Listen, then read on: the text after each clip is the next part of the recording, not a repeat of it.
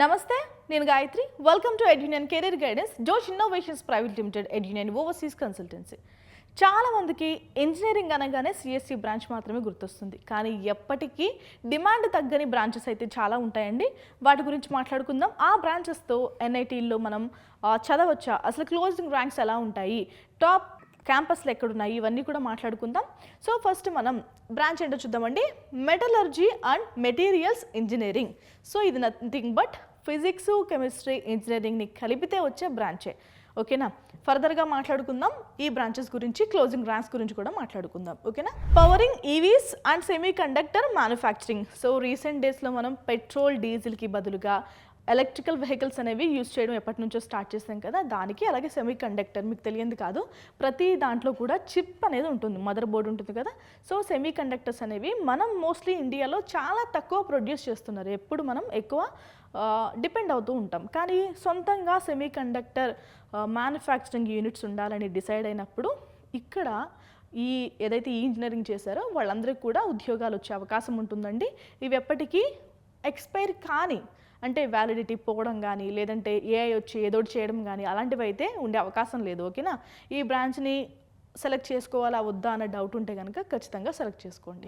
So ఈ బ్రాంచ్లో core areas గురించి మాట్లాడుకోవాలంటే మెటలర్జీలో స్టీలు, అల్యూమినియం, కాపర్ ఇండస్ట్రీ, అలాగే metal extraction, refining, alloy design ఇవన్నీ ఉంటాయండి. ఇక మెటీరియల్స్ ఇంజనీరింగ్ గురించి మాట్లాడుకోవాలంటే అడ్వాన్స్డ్ మెటీరియల్స్ అంటే నానో టెక్నాలజీ, బయో మెటీరియల్స్, అలాగే సెమీ కండక్టర్స్, ఏరోస్పేస్ మెటీరియల్స్ లాంటివి అయితే ఉంటాయి. ఓకేనా. కోర్ సెక్టార్ జాబ్స్ కూడా మనకి స్టీల్ ప్లాంట్స్లో, మైనింగ్ అండ్ మెటల్ ఇండస్ట్రీస్లో, మ్యానుఫ్యాక్చరింగ్ అండ్ హెవీ ఇండస్ట్రీస్లో, ఆయిల్ అండ్ గ్యాస్ కంపెనీస్లో అయితే ఉంటాయి. ఓకే, ఇక నెక్స్ట్ డీటెయిల్స్ చూద్దాం. మనకి ఎన్ఐటి తిరుచి, ఇక్కడ ఈ బ్రాంచ్ కనుక సెలెక్ట్ చేసుకోవాలంటే ఎంత ర్యాంక్ వచ్చి ఉండాలో చూద్దాం. క్లోజింగ్ ర్యాంకు, స్టార్టింగ్ ర్యాంక్ చూద్దామండి. ఓపెనింగ్ ర్యాంక్ వచ్చేసి 18,321, క్లోజింగ్ ర్యాంక్ వచ్చేసి మనకి 27,118 లోపు అయితే క్లోజ్ అవుతుంది. ఇక తిరుచి తర్వాత బ్రాంచ్ చూద్దామండి. ఎన్ఐటి కర్ణాటకలో కనుక సురత్కల్, చాలామందికి తెలుసు. ఇక్కడ కనుక ఈ బ్రాంచ్లో ఇంజనీరింగ్ చేయాలి అంటే ఓపెనింగ్ ర్యాంక్ వచ్చేసి 20,060 నుంచి క్లోజింగ్ ర్యాంక్ 24,264 మధ్యలో అయితే మనకి ర్యాంక్ వచ్చి ఉండాలి. మీ కేటగిరీ ఆధారంగా, నేను జనరల్ కేటగిరీ ఆధారంగా చెప్తున్నాను. ఓకేనా. ఇక నెక్స్ట్ ఎన్ఐటి గురించి మాట్లాడుకుందాం. ఎన్ఐటి వరంగల్ మనకి చాలామందికి దగ్గర, అందుకే కొంత నెగ్లెక్ట్ చేస్తూ ఉంటారు, ఎందుకంటే దగ్గర కాబట్టి. ఓపెనింగ్ ర్యాంక్ వచ్చేసి 28,024, క్లోజింగ్ ర్యాంక్ వచ్చేసి 36,742. సో మన ఇంటికి దగ్గరగా ఉంది కాబట్టి చాలామంది సెలెక్ట్ చేసుకునే ప్రయత్నం అయితే చేయండి. ఓకేనా. ర్యాంక్ కూడా కాస్త ఎక్కువ వచ్చినా కూడా మీకు సీట్ వచ్చే అవకాశం ఉంటుంది, ఎందుకంటే ఈ బ్రాంచ్ అనేది రోజు రోజుకి డిమాండ్ పెరుగుతుంది. మీరు గమనిస్తే రోజు రోజుకి డిమాండ్ పెరుగుతున్న బ్రాంచ్ కాబట్టి సెలెక్ట్ చేసుకున్నా ఎలాంటి తప్పు లేదు, ఇబ్బంది కూడా లేదు. ఇక ఎన్ఐటి రూరల్కి, ఎన్ఐటి జైపూర్కి క్లోజింగ్ ర్యాంక్స్ చూస్తే 31,600, అలాగే ఇక్కడ జైపూర్లో వచ్చేసి క్లోజింగ్ ర్యాంక్ 33,703 లోపు అయితే మీకు వస్తే కనుక, జనరల్ కేటగిరీ ఆధారంగానే చెప్తున్నానండి, మీకు ఈ బ్రాంచ్లో సీట్ వచ్చే అవకాశం ఉంటుంది. ఓకేనా. సో ఫస్ట్ మాట్లాడుకున్న 3 ఎన్ఐటీస్లో సీట్ రాకపోతే ఈ 2 ఎన్ఐటీస్లో సీట్ వచ్చే అవకాశం అయితే ఉంటుంది కాబట్టి ట్రై చేయండి.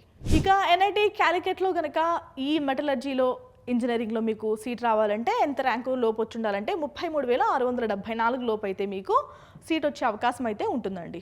సో ఇక విఎన్ఐటి నాగ్పూర్లో కనుక ఈ బ్రాంచ్లో ఇంజనీరింగ్ చేయాలి అంటే క్లోజింగ్ ర్యాంక్ వచ్చేసి 44,630, ఓపెనింగ్ ర్యాంక్ వచ్చేసి 28,519. సో ఈ ర్యాంక్ మధ్యలో కనుక మీకు ర్యాంక్ వచ్చినట్టయితే కనుక విఎన్ఐటి నాగ్పూర్లో మీరు ఇంజనీరింగ్ చేయొచ్చు. రైట్. ఇక ఎన్ఐటి దుర్గపూర్లో కనుక మీకు కనుక మెటలర్జీలో ఇంజనీరింగ్ చేయాలి అంటే మీకు రావాల్సిన ర్యాంక్ 45,449 లోపు అయితే ర్యాంక్ రావాలండి. ఇక జంషెడ్పూర్, ఎన్ఐటి జంషెడ్పూర్లో కనుక చదవాలి అంటే 48,995 లోపు అయితే మీకు ర్యాంక్ వచ్చి ఉండాలి. ఓకేనా.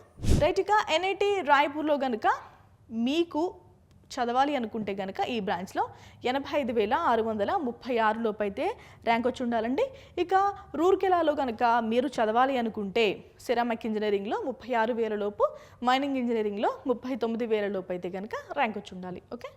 ఈ గ్రాఫ్ చూస్తే కనుక రోజు రోజుకి డిమాండ్ ఎంత పెరుగుతుంది అనేది చూపిస్తోంది ఇలాంటి బ్రాంచెస్కి. సో మనం చాలా చూస్తే ర్యాట్ రేస్లా అయిపోయింది కదా, చాలామంది సిఎస్సి బ్రాంచ్ వైపే పరిగెడుతున్నారు.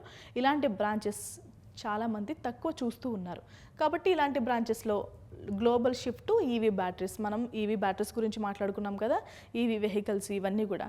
సో మొత్తం ప్రపంచమంతా ఈవీ వెనకాల పరిగెడుతుంది కాబట్టి ఇలాంటి బ్రాంచెస్కి ఢోకా అనేది లేదు. ఓకే, సెమీ కండక్టర్ ఇండస్ట్రీ కూడా బాగా గ్రో అవుతుందండి ఇండియాలో.